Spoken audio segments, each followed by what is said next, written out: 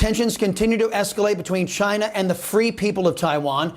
China's Air Force made the largest Taiwan air incursion on record this past Monday. Taiwanese defense minister says today that the situation is the most severe it's been in 40 years. Joining me now to weigh in on this is Pennsylvania Congressman Guy Reschenthaler. Congressman, it's a pleasure to welcome you back. Maybe if General Milley actually hopped off the phone with our enemies over there in China and hopped on a phone call with an ally over in Taiwan, maybe we could help them push back against China's attempt to steal their freedom. What do you think? Chris, you're absolutely right. And as always, thanks for having me on. But you bring a good point. The messaging coming out of the Biden administration does not make the Taiwanese, the free people of Taiwan, feel very confident or comfortable. And think about it. Joe Biden has ignored every single crisis to date. He's ignored the border, as your last guest was just talking about. He, of course, ignored the peril in Afghanistan. And now he's ignoring the threat coming from communist China that threatens the free and independent sovereign nation of Taiwan. And if you're sitting in Taiwan and you're looking at Joe Biden and how he handled Afghanistan, if you look at how General Milley under President Trump disregarded his own obligation to advise and be loyal to the president of the United States and called his counterpart in China, the Taiwanese have to be wondering if the United States will have its back. But I can tell you, Chris, that members of Congress like myself, other allies like Japan, Australia, India, hopefully we can fill the gap that's being left by Joe Biden and his administration, because this top military brass under Biden, the Joe Biden administration, they clearly have not shown the resolve and the tenacity that's expected from the United States, the superpower that we are. It is my hope that members of Congress will insist that Mr. Milley produce the transcript of his call. I think the American people have lost confidence in General Milley, and we need to see that transcript. Meantime, you mentioned Joe Biden. He told reporters yesterday that he's spoken with China about Taiwan and that they both agreed that the Taiwan agreement will remain in place. But China just watched Biden deliver the worst foreign policy defeat for the United States in the modern era in Afghanistan. Question for you, and I think you've already tiptoed around this. Will Biden abandon the free people of Taiwan the same way he abandoned American citizens in Afghanistan?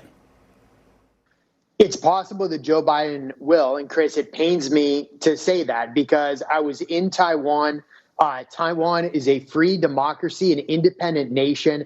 And I don't think that Joe Biden has the resolve to stand with an ally like Taiwan. But I can tell you this, members like myself have already put resolutions forward. I have a bill that says that we should act immediately to defend Taiwan if there is an invasion from communist China.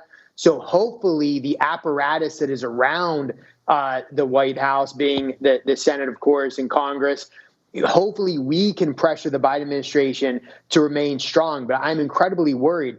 And the communist China have got to look at Joe Biden and wonder if he is to be taken seriously. Remember, Joe Biden is the one that was wrong repeatedly on Afghanistan.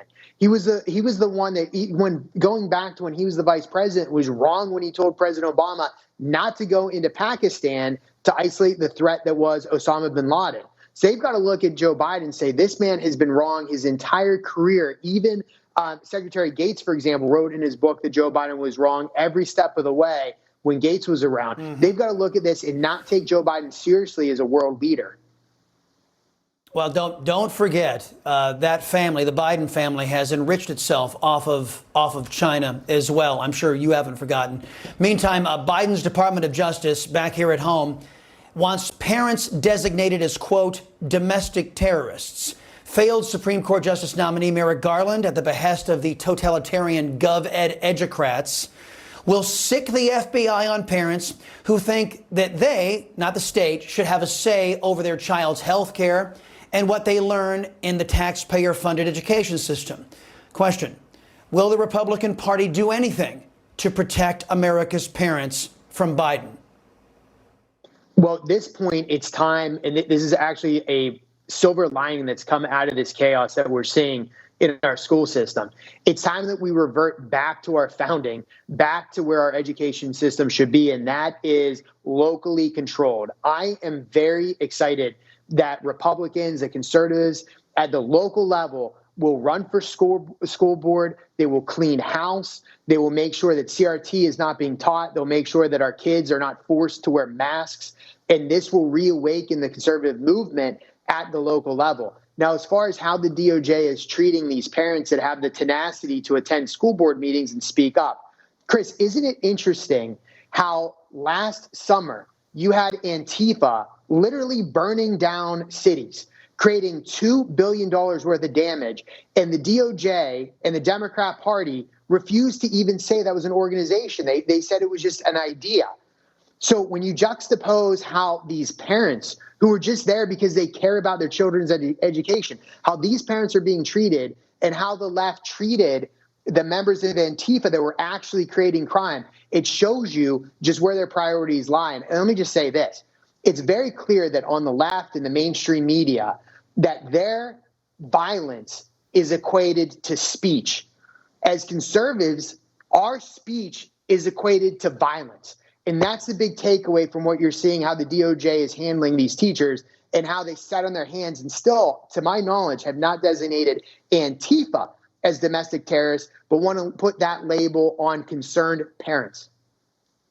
And that is great analysis on your part. And might I add, shame on ABC, NBC, CBS, the New York Times, the Washington Post for not actually being fair in covering these issues and trying to basically label those who disagree with Democrats as terrorists. They should, all of those so-called press outlets should be ashamed of themselves.